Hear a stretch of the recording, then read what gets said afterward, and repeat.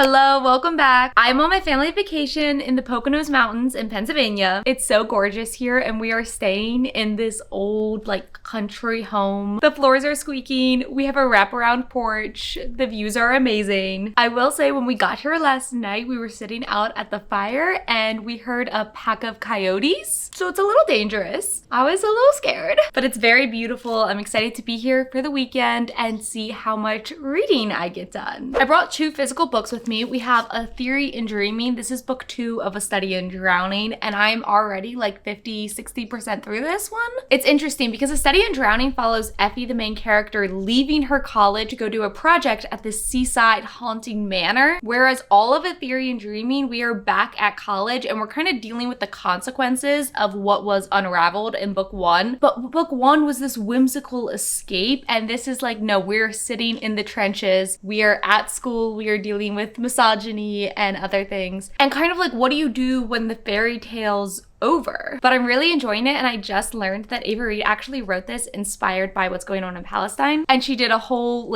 feature on her story, and that's just so much more interesting, and I'm excited to think about how that applies. But I love reading dark academia in August. We're in back to school season. It just feels right, even if it does not match the vibes going on here. I should have brought Encyclopedia Fairies, something more woodsy, naturey, because the other book I brought was The Dragon Republic. This is book 2 of the Poppy War, and we're jumping right back into things. It's interesting to step back into this world because I feel the series could have ended with book 1, and instead we're gonna go through the long haul of setting up what's gonna happen in the end, but I don't know where it's going fully. But what a beautiful place to read.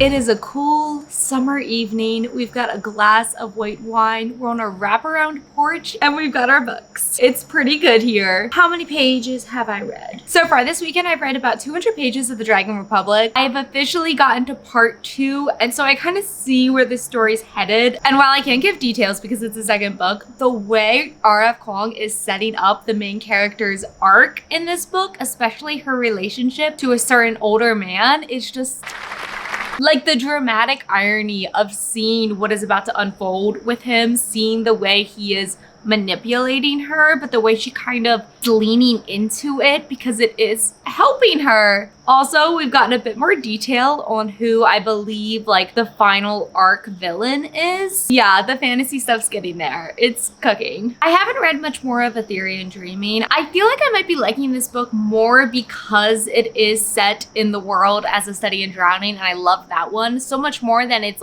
standing on its own legs. A lot is happening, but it's a much more quieter story, and I feel I'm 60% of the way through, and the same teasing threads we've gotten in chapter 1 are persisting, but there's not a ton of change. It's just a slow incline, and I don't know what that final point is going to be. And our characters are kind of losing their senses in separate ways. No, I like it. I'm just not loving it the way I loved A Study in Drowning. But again, I'm 70% of the way through, so hopefully there's some big moves. But it's also a vacation, and so I've been playing a lot of games. We went on a hike and saw a copperhead snake. So far we've gotten coyotes and snakes.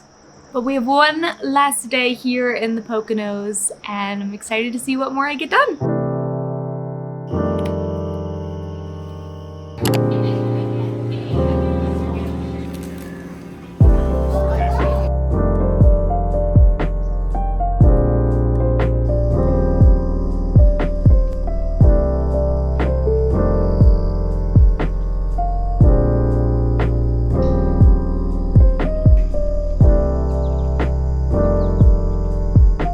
I I finished A Theory in Dreaming. I gave this book 4 stars. I saw from Ava Reed's Instagram right around the time that this was released that a large part of this book is inspired by what's going on in Palestine right now. And it's her response to universities who declare their mission statement to be truth, but are participating in a complacent silence on what's going on. And you can definitely see that in the themes of this book, especially as we kind of arc to the end. If you read the first book, you know that one of the main characters faces prejudice in the first book because he is from 2 countries in this world that are warring, and so he's othered by society in that way. But I really appreciated the lens of the story in which sometimes our heroes must be dulled. Sometimes our heroes who did this thing that we love also did really bad things, and it does hurt to have to tear them down. We want to keep them, but when their works have been altered and when their name has begun to be in support of hate and war just as much as